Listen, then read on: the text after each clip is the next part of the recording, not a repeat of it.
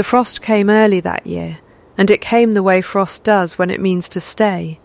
White on the hedgerows by 4 in the afternoon, white on the pump handle by 5, the whole of Fenwold shut up tight against it by 6, with its doors barred and its fires built high.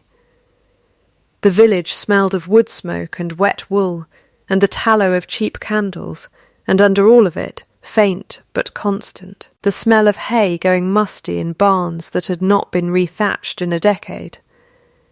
She was the kind of woman a room forgot the moment she left it.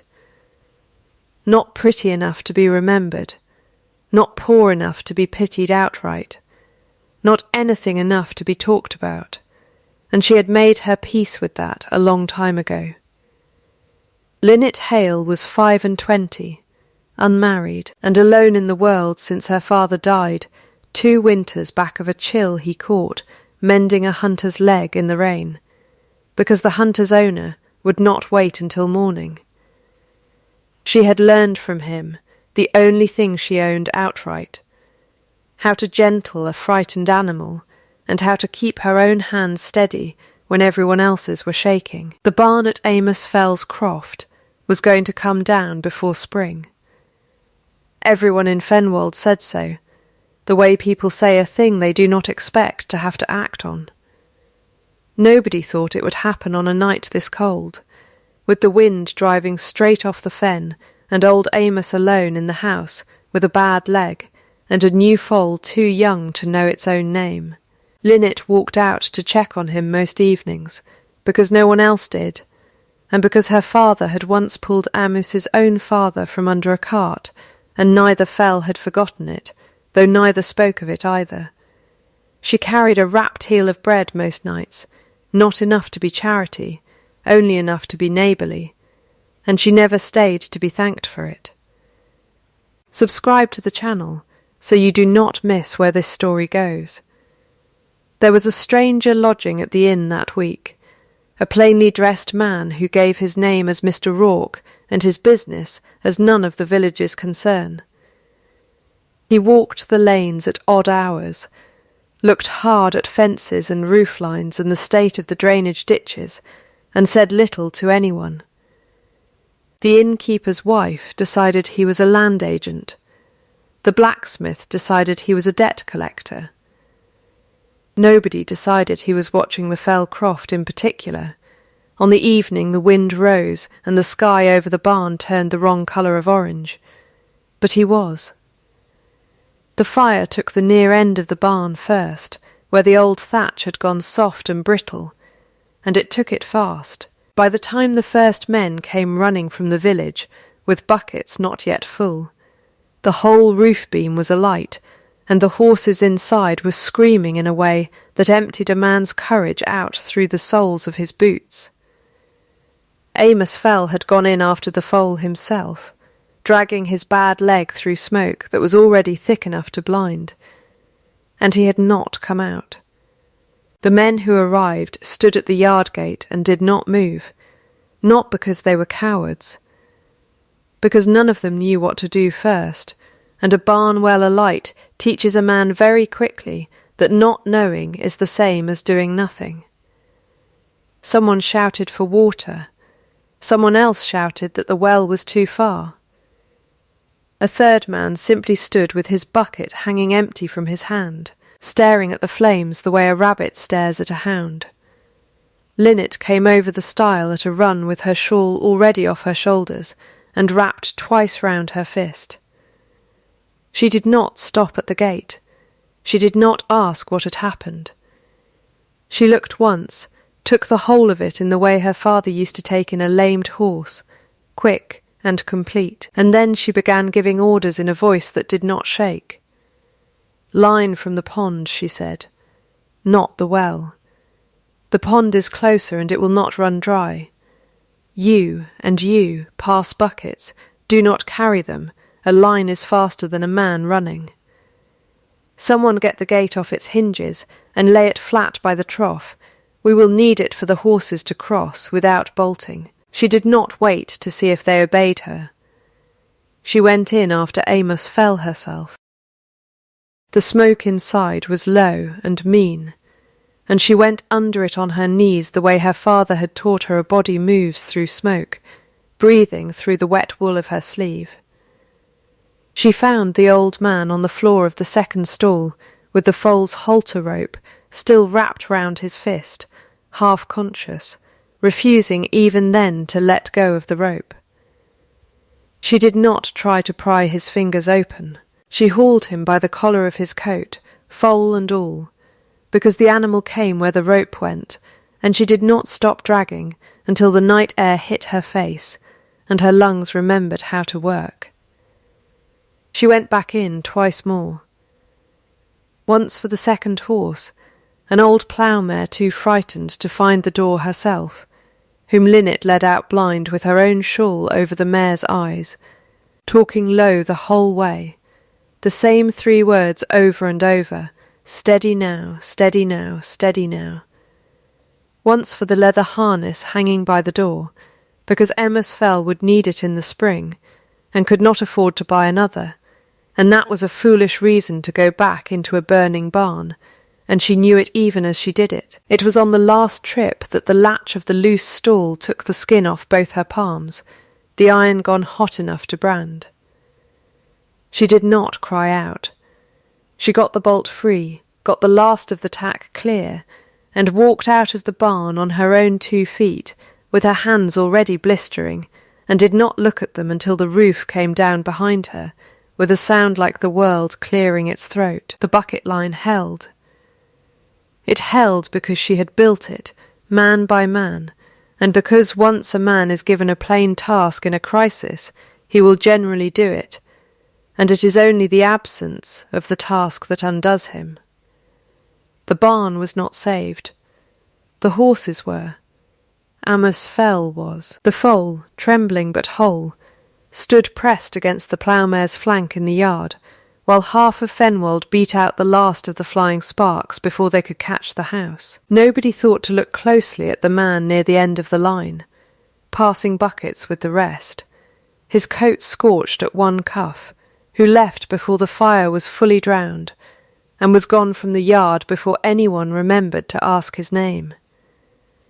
She did not know then that the stranger from the inn had been the 3rd man in that line from the very first bucket, or that he had watched her go into the smoke 3 times with no more hesitation than a woman fetching water, and had understood, standing there with his hands raw from rope and his own name unspoken in his throat, that he had just seen the only thing in the world he had come to Fenwold hoping he might, some day, before he died, see just once.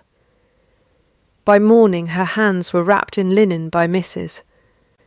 Pruitt, the vicar's housekeeper, who scolded her the whole while for a fool and a saint in the same breath, and got no argument from Lynette on either count.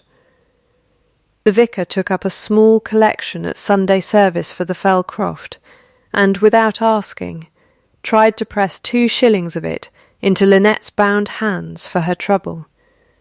She would not take it. I would have done it for anyone, she said, and meant it, and was embarrassed by the thanking of it in a way that made the vicar stop trying. She did not know that the 2 shillings she refused were the smallest sum offered that week on her account. She did not know that a man calling himself Rourke had already sent word to a surgeon in the county town, with instructions that his own name was not to appear on the account, only that Old Fell's chest was to be seen to properly, and the bill sent elsewhere. She did not know that the same man had already sent for a timber merchant, and that new beams for the barn were on their way before the ash of the old ones had gone cold. She only knew that her hands hurt, that Amos Fell was breathing, that the foal was alive, and that the stranger who had helped in the bucket line had vanished before anyone thought to find him and say thank you. She did not think of him again that week. There was too much else to think of, but the village did not forget him either, and word went round, as word does, that the man at the inn who called himself Rourke had disappeared the very morning after the fire without settling his account, only to be found, 3 days later, walking the boundary of Kestrel, land in plain clothes, with a steward's ledger under his arm and every tenant on the estate suddenly, mysteriously, in a fair way to have their roofs looked at before winter came down in earnest. Mrs. Pruitt heard it from the baker's wife, who heard it from a girl in service at the hall, that the man from the inn was no agent at all. He was the new Duke of Kestrel, come into the county quietly, ahead of his own name, because his father had died only 4 months before, and he could not bear. He had told no one, but was overheard telling his own valet, to be received by people performing goodness at him, before he had seen with his own eyes what they were when they thought no one of consequence was watching. Linnet did not hear that part of it for some time yet. She had bread to earn, a father's memory to keep tidy, and 2 burned hands that took a fortnight to close round a needle again without pain. She did not know, that first grey morning after the fire, stitching a hem with her raw fingers wrapped in linen, that the man who had passed buckets beside her all night was the same man whose name would, in less than a year, be the last word she said before she stopped needing any other. The surgeon came for Amos Fell on the 2nd day, unannounced, his fee already settled by a party he would not name even when pressed, and old Amos wept a little over that, quietly, the way old men weep when they have stopped expecting the world to be kind to them and are proven wrong.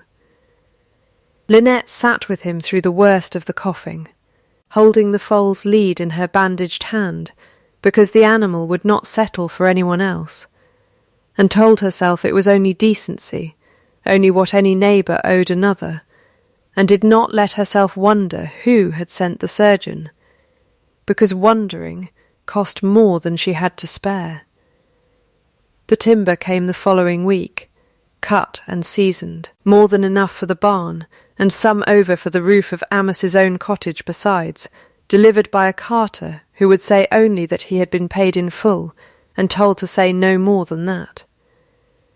Fenwold talked about it at the well and at the smithy and after church, and the talk always circled back to the stranger who had fought the fire and vanished, and always ended the same way, in a shrug, because no one could put a name to generosity that refused to be named. It was Mrs. Pruitt who first suggested Linnet might find steady work up at the hall, now that the new Duke was said to be putting his house in order, and wanted hands that could be trusted with fine mending and with the stable linens both.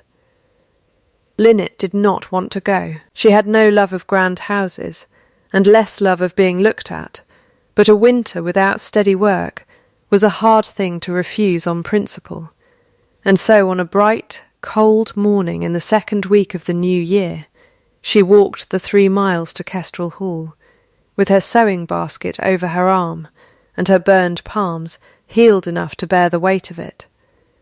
She was shown to the housekeeper's room, where a broad, dry-voiced woman called Mrs. Adair looked her over once, asked her 3 sharp questions about hymns and 1 about horses, and set her to work within the half-hour without further ceremony.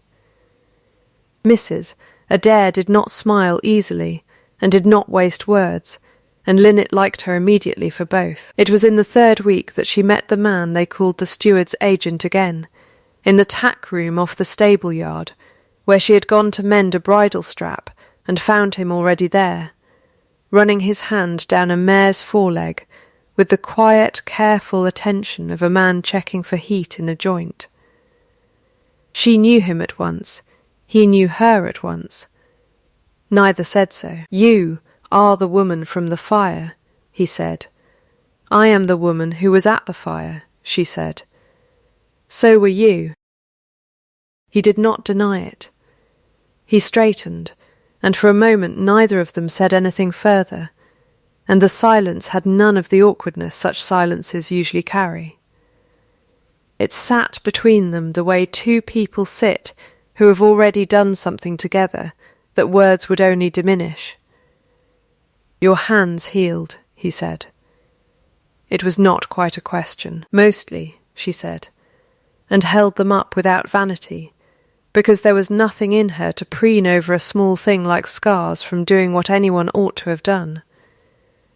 He looked at the marks across her palms for longer than politeness required, and did not comment further on them, which she found she preferred to sympathy. They spoke for a quarter-hour about the mare's leg, and then about the winter, and then, briefly and without either of them quite meaning to arrive there, about her father, who had it turned out shod a horse for the old Duke once, years before, and done it honestly when a dishonest farrier would have padded the bill. He listened to that the way she had noticed he listened to everything, entirely, without the half-attention grand men gave to small people's stories. "You did not run," he said, when she had finished. "At the fire. Most people run first and think of what use they might be after. I did not have time to be afraid first," she said. "My father used to say fear is a thing that catches up with you if you let it get ahead. So I never let it get ahead." He looked at her for a long moment, the way a man looks at a ledger that will not balance, and then suddenly does. He is almost always thinking, Mrs. Adair had told her once, of him, and Linnet believed it now, watching something move behind his eyes that he did not put into words. "I am glad of it," he said finally, "that you did not let it get ahead." He did not offer his name beyond Rourke. She did not ask for more, though something in her wondered briefly why a mere agent would speak of the estate's affairs the way a man spoke of his own, with the particular weight of ownership rather than employment. She set the thought aside. It was not her place to wonder about her betters' business, and she had a bridle to mend and 3 miles to walk home before dark. She did not know, walking that road with the cold biting at her wrists, that the man in the tack room had, that same afternoon, sent a quiet instruction to his solicitor regarding the arrears on a small tenant croft at the far edge of Fenwold parish, the name on the account being one Hale, deceased, a debt her father had left unpaid at his death that she had been quietly working to clear. Shilling at a time for 2 years, and had told no living soul about, because pride does not like an audience even when it is starving. She would go on wondering, for some weeks yet, why the debt collector who had called twice that autumn never called a third time. The midpoint of that winter arrived, as such things do, dressed very finely, and announced by nothing more than the sound of a carriage on the gravel sweep. Lady Selina Vance was the Duke's cousin on his mother's side, a handsome, sharp-boned woman, with a laugh like a small bell rung 3 times, precise and cold, and she came to Kestrel Hall that week ostensibly to see her cousin settled into mourning properly, and in truth to see who else had begun, in her judgment to settle themselves too near him. She found Linnet in the small parlour off the servants' hall, delivering mended linens to Mrs. Adair, and looked her over the way a woman looks over a horse she has already decided not to buy. "You are the girl from the fire," Lady Selina said. "I have heard the story told twice already, each time more heroic than the last. Tell me, is it true you went in 3 times? "I went in until there was nothing left to go in for," Linnet said, because that seemed the plainer and truer answer. "How very useful of you," Lady Selina said, and smiled the bell smile, and let her eyes travel down to Linnet's hands, where the scars still showed pale against the skin. One can always tell a woman's usefulness by her hands. Mine, you see, have never done a thing more taxing than hold a fan. I dare say that is why my cousin does not need me to run into burning buildings for him. He has people for that."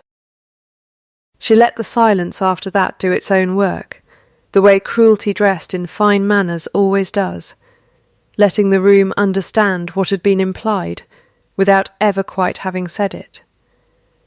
Linnet did not flush. She did not look away. She set the folded linen down on the table, with hands that did not shake, though it cost her something to keep them still. "I did not go in for anyone's use, my lady," she said. "I went in because a man and a foal were dying, and I was the nearest person who knew what to do. If that is a lesser reason than a fan, I am content to be lesser." Lady Selina's smile thinned by a fraction, the only sign she had been answered rather than deferred to, and it was in that thin moment that the Duke himself, still in his plain travelling coat, appeared in the doorway with a ledger under his arm, and heard the last of it.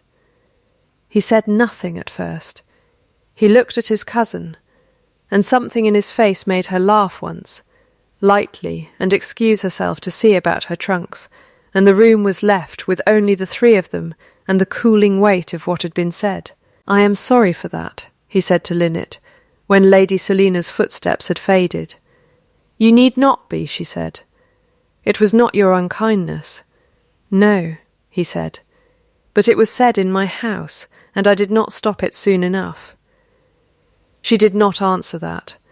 She only gathered the last of the linens and left, and if her hands trembled slightly once she was out of the room and out of anyone's sight, that was her own business and no one else's, and she told herself, walking home, that a woman in her position had no right to feel wounded by the opinion of a woman so far above her, and told herself that all the way to her own cold hearth, and did not entirely believe it.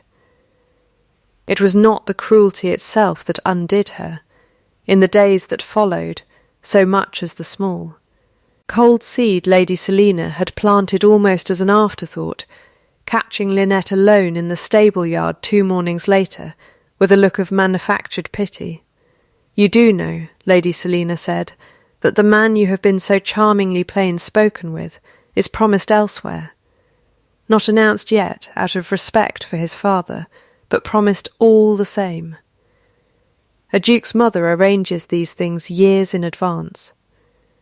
It would be unkind of me not to warn you, since no one else here seems inclined to." Lynette said nothing to that either, only inclined her head the way a servant is meant to, and went back to her mending, and told herself it changed nothing, because she had asked for nothing, and expected nothing, and a woman cannot be jilted from a place she never claimed to stand in. But she stopped going up to the hall more often than her work required.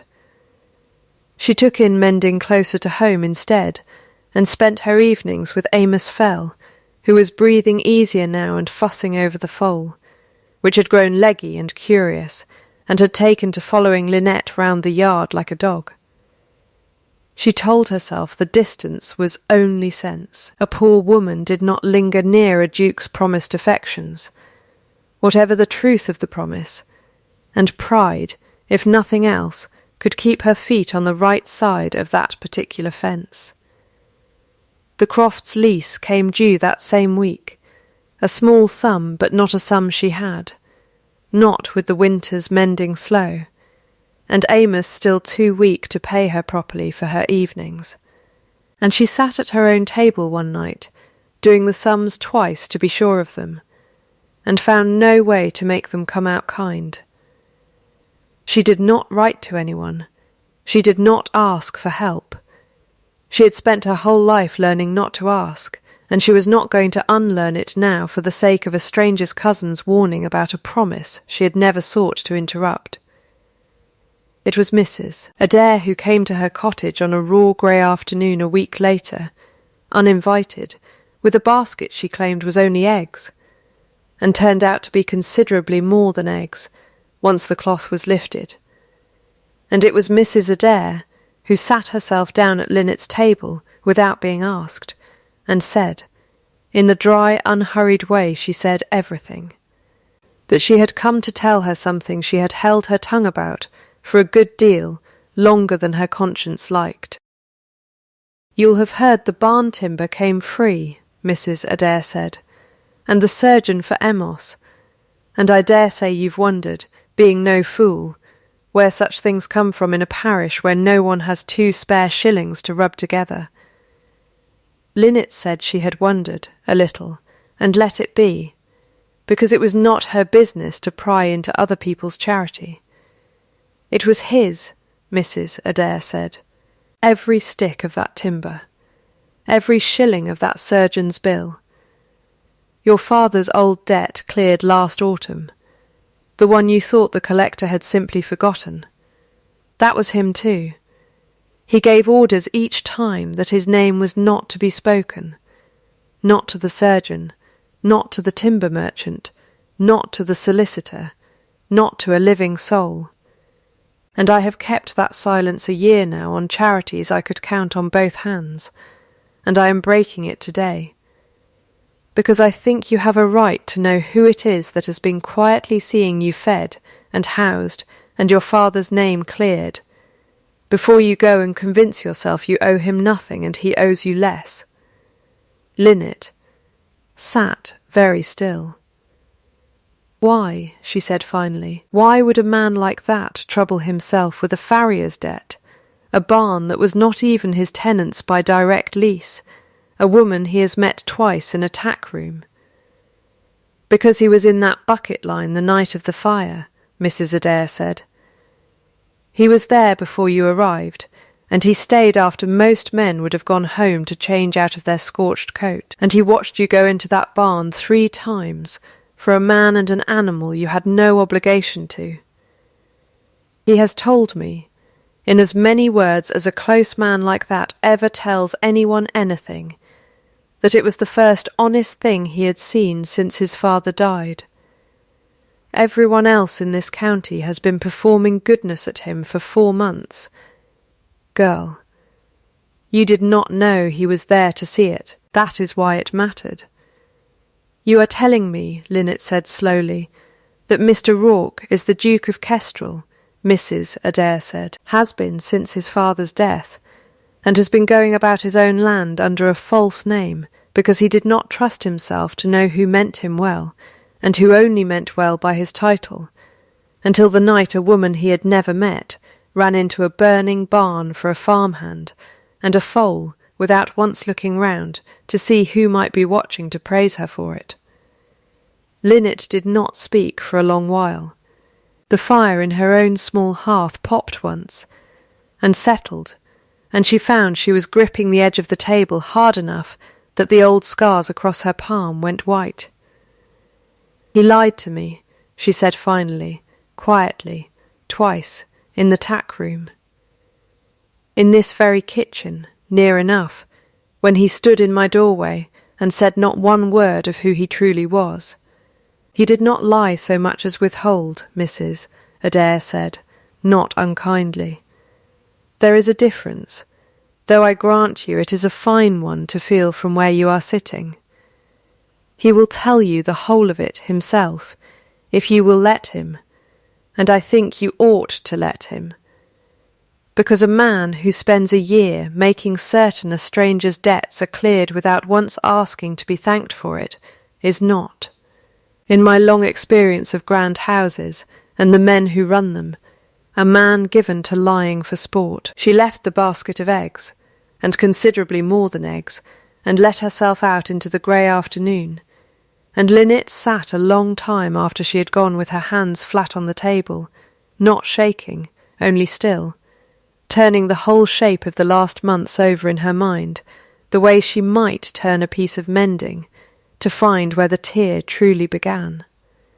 He came to her 2 evenings later, on foot, without a groom, in the plain coat she had first known him in, and stood in the doorway of Amersfell's cottage, where she was sitting with the old man, and the foal grown half a hand taller since the fire, and asked, with none of a duke's ease and all of a man's uncertainty, whether he might have a quarter hour of her time.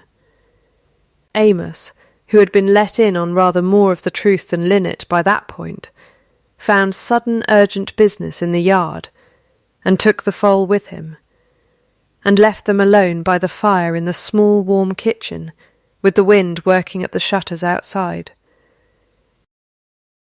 "My name," he said, when the door had shut, "is Julian Rourke Ashby, Duke of Kestrel. and I have let you call me by half of it for 3 months, and I am sorry for every day of it." Lynette did not answer at once. She watched him, and he let her watch him, standing there with his hands loose at his sides, and none of the guarded stillness she had noticed in him before. This was a different kind of stillness, a man waiting to be judged and prepared to accept whatever judgment came. "Why?" she said at last. "Not the timber, not the surgeon. Mrs. Adair has told me the shape of that, and I understand a man's charity better than I understand a man's disguise. Why the lie?" "My father died in the autumn," he said. "I was raised to inherit a title I never wanted, and a county full of people who will smile at whatever I am, and agree with whatever I say, because I hold their leases and their livings and their children's futures in my hand, whether I lift a finger for any of them or not. I was engaged once, before my father died, to a woman who smiled beautifully at everyone above her, and was cruel, quietly and consistently to everyone below her, and I did not see it for a year, because she was never cruel where I could see it. I broke it when I finally did see it, and I told myself I would never again trust a smile I had not tested. So when my father died, and the title came to me, I told no one in this county who I was. I wanted to see who people were before they knew I was a duke. I wanted, more than anything, to see one person do a costly thing for no reason at all, believing no one of any consequence was watching. I did not expect to find it the very first week, in a barnyard, at midnight, in a woman running into fire for a man she owed nothing more than neighbourly kindness. "You could have told me after," she said. "Once the fire was out." "I could have," he said. "I told myself I would, the next day, and then the day after that, and each day it grew harder rather than easier, because the longer I let you know me only as Rourke, the more I came to want you to like Rourke, and not the title, and I was afraid, plainly and honestly afraid, that if I told you too soon you would only ever after see the Duke, and never again the man who passed buckets beside you.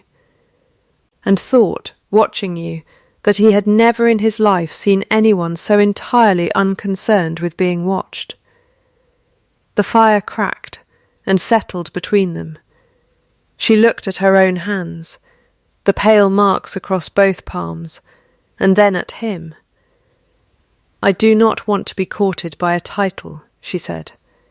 "I have nothing to offer a title. I have a mended dress, and a debt my father left me, and a foal that is not even mine that I have grown too fond of. If you have come here to ask me something, you had better ask it as Rourke, because Rourke is the only one of you I have any use for. Then let me ask you as Rourke," he said, and crossed the small room to stand before her, and did not take her hand, only waited, the way she remembered him waiting the night of the fire for her to tell the men what to do, patient and entirely without demand. "I will not ask you tonight for an answer. I have watched enough performing in 4 months of mourning to have no wish to press you into one more performance for my sake. I will ask you again in the spring, when the barn is standing whole again, and you have had time to be certain, and your no will be exactly as safe with me as your yes. Because I did not fall in love with a woman who says yes to a duke. I fell in love with a woman who ran into a fire when she thought no one was watching, and I would rather wait a lifetime for that woman's honest answer than take a quick one from anyone else." She did not answer him that night. He had asked for none, and she found, to her own surprise, that she was glad of it, glad of a silence that asked nothing back of her, and it was in that silence, with the fire popping low, and the wind still working at the shutters, that something in her chest that had been braced for months finally, quietly, let go. Spring came to Fenwold the way it always did, slow at first and then all at once, the fen turning green almost overnight, and the new barn at Amos Fell's croft standing square and sound on its fresh timber, roofed before the first lambing. Linnet had gone up to Kestrel Hall twice in the weeks between, not to mend linens, but because Mrs. Adair had taken to inviting her to tea in a manner that fooled precisely no one, and because Julian Rourke Ashby, Duke of Kestrel, had taken to walking the same stretch of lane at the same hour most evenings, and neither of them had ever once called it anything but coincidence. Lady Selina came again in April, cooler this time, having heard by then the true shape of things, and having tried, once more and for the last time, to remind her cousin what was owed to blood and title. He answered her, Linnet was told afterward by Mrs. Adair, in a voice she had never before heard him use, short and absolute, that he had spent a year watching who in this county was kind to people who could do nothing for them in return. And his cousin had failed that test in front of a servant's daughter in his own parlour, and he did not care to hear another word on the subject of what was owed to blood. Lady Selina left for Bath within the fortnight, and did not return that year, nor as it happened the year after. He came to her at the end of April, in the garden behind Amos Fell's new barn, with the foal grown into a proper yearling grazing nearby, and the evening warm enough at last to go without a shawl, and he did not make a speech of it, because he had never been a man for speeches, and she had never wanted one. "You said you would ask again in the spring," she said, before he could. "I am asking," he said. "Ask it plainly," she said. "I have had enough of things left half said. I love you," he said plainly, "because you have never once tried to be more than you are for my benefit, and you have never once tried to be less than you are for anyone's. I do not love the woman who saved a man and a foal from a fire. I love the woman who would have done the same thing if no duke and no title and no living soul had ever come to hear of it. I am asking you to marry me, not because I can give you a house full of servants, though I can, but because I would rather be told the truth by you every day for the rest of my life than be smiled at pleasantly by anyone else. I want you never to have to wonder again whether I am telling you the whole of a thing. And I want the same honesty back from you, always, even when it is unkind, even when it costs me." She was quiet a moment, weighing it the way she weighed everything, plainly and without hurry. "I will hold you to that," she said, "every word of it. I do not want to be lied to again, not even kindly, not even to spare my feelings, and I want to keep my own hands. I will not become a woman who does nothing because a duke's wife is not meant to do anything. If there is a fire, I will still go in." "Then go in," he said, "and I will be beside you in the line, same as I was the first time." "Yes," she said. It was the only word she needed, and it was, in its plainness, exactly the answer he had come a year and a false name to earn. He drew the glove from her hand himself, finger by finger, slow and careful over the old pale scars across her palm, and kissed the back of her bare hand, where the burn had healed thinnest. And neither of them said anything further, because there was nothing further that plain speech could improve upon. The wedding, when it came in June, was smaller than half the county expected of a duke, and larger than Linnet had ever imagined for herself, and she wore no jewel finer than a small brooch that had been her mother's, and stood up in the little Fenwold church, where the vicar who had once tried to press 2 shillings into her burned hands now joined them instead. And Amos Fell wept openly through the whole of it, and did not apologise for it once. A year later, almost to the week, They sat together by the fire in the small parlour at Kestrel Hall. The same fire that had once heard a duke confess his own false name, and the yearling foal, grown now into a fine chestnut, gelding too big for anyone to call a foal any longer, put his head over the garden wall through the open window the way he always did at that hour, looking for the crust of bread he had learnt to expect. Amos Fell kept his cottage still, rent forgiven every year since, and had taken, in his old age, to teaching the estate's younger grooms everything Lynette's father had once taught her. Mrs. Adair remained housekeeper, drier and more satisfied than ever, and told the story of the fire to every new servant who came through the hall's doors, always ending it the same way, that a house is only as good as what it does for people who can do nothing for it in return. Julian took his wife's bare hand in his by the fire. The scars long since faded to nothing more than a faint pale seam across her palm, and neither of them let go for a long while, and outside the window the barn at Fell's Croft stood square and whole against the last of the evening light, exactly where a woman had once run into fire, believing no one of any consequence was watching, and had been seen, and had been loved for it ever after. A house, the old saying in that county came to run, is only as strong as its barn beams, and its people are only as good as what they do for those who can never repay them, and by both measures Kestrel Hall, from that year forward, stood very strong indeed. That is where we leave Lennet and her duke, hands still clasped by their own fire, the whole of Fenwold better for the night she refused to stand still. If a story about quiet courage rewarded in the end is one you want more of, subscribe to the channel so the next one finds you. I would love to know, in the comments, what you would have done standing at that gate while the barn burned, frozen like the men, or already moving like Lynnet. Tell me plainly, I will be reading. Until the next story, stay warm, stay kind when no one is watching, and I will see you soon with another.